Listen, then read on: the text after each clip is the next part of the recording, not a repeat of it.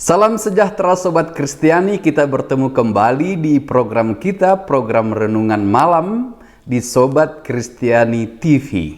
Dan pada malam hari ini, renungan kita dari firman Tuhan, yaitu yang tertulis pada kitab Wahyu, pasal 19, ayat 11 sampai dengan ayat 16. Kitab Wahyu, pasal 19 ayat 11 sampai dengan ayat 16, demikian dituliskan.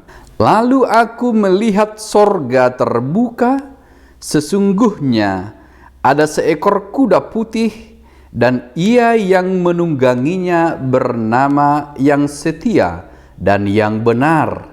Ia menghakimi dan berperang dengan adil, dan matanya bagaikan nyala api, dan di atas kepalanya terdapat banyak mahkota, dan padanya ada tertulis suatu nama yang tidak diketahui seorang pun kecuali ia sendiri. Dan ia memakai jubah yang telah dicelup dalam darah, dan namanya ialah Firman Allah. Dan semua pasukan yang di sorga mengikuti dia. Mereka menunggang kuda putih dan memakai lenan halus yang putih bersih. Dan dari mulutnya keluarlah sebilah pedang tajam yang akan memukul segala bangsa.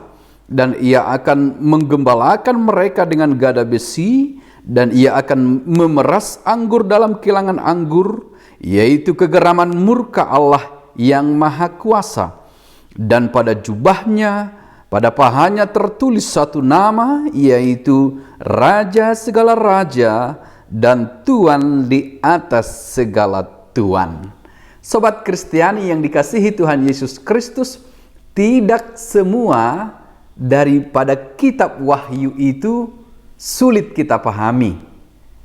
Ada beberapa bagian, walau tidak banyak, yang lebih mudah kita pahami, tidak sesulit bagian lainnya.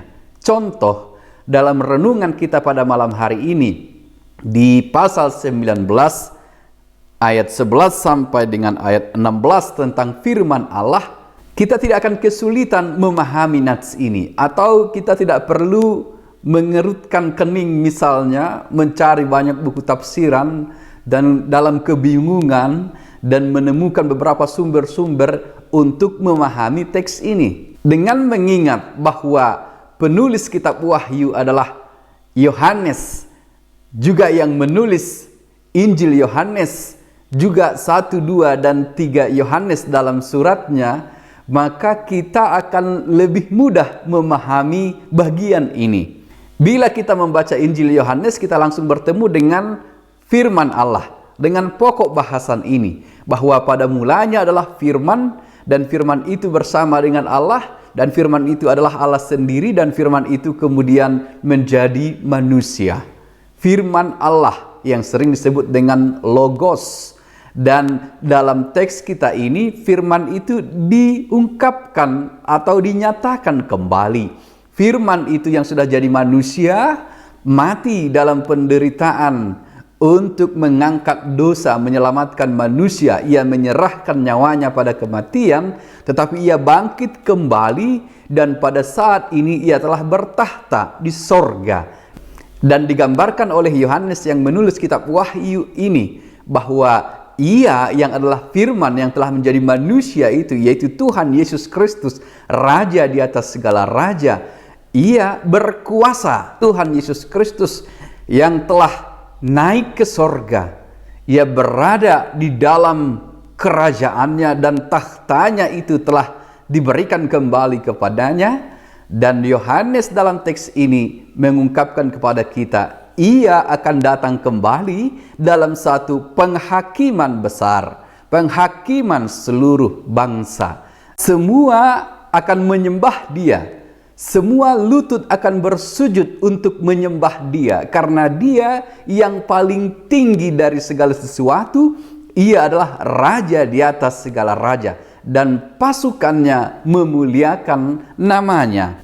Dan di dalam teks kita disebutkan, dan dari mulutnya keluarlah sebilah pedang tajam yang akan memukul segala bangsa.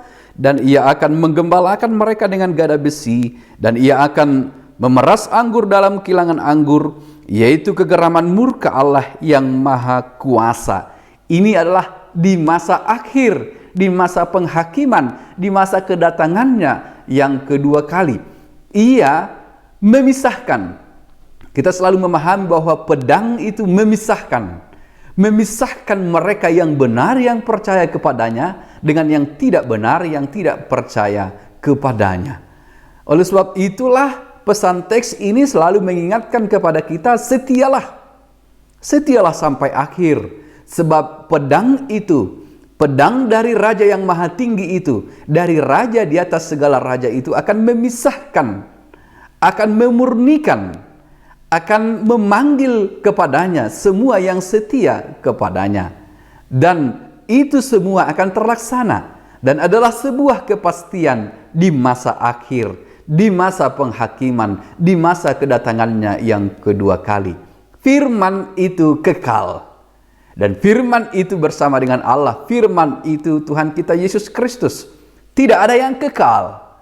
Dunia tidak kekal. Segala sesuatu tidak kekal, kekayaan tidak kekal, kemiskinan tidak kekal, dan alam semesta tidak kekal, tapi firman kekal untuk selama-lamanya.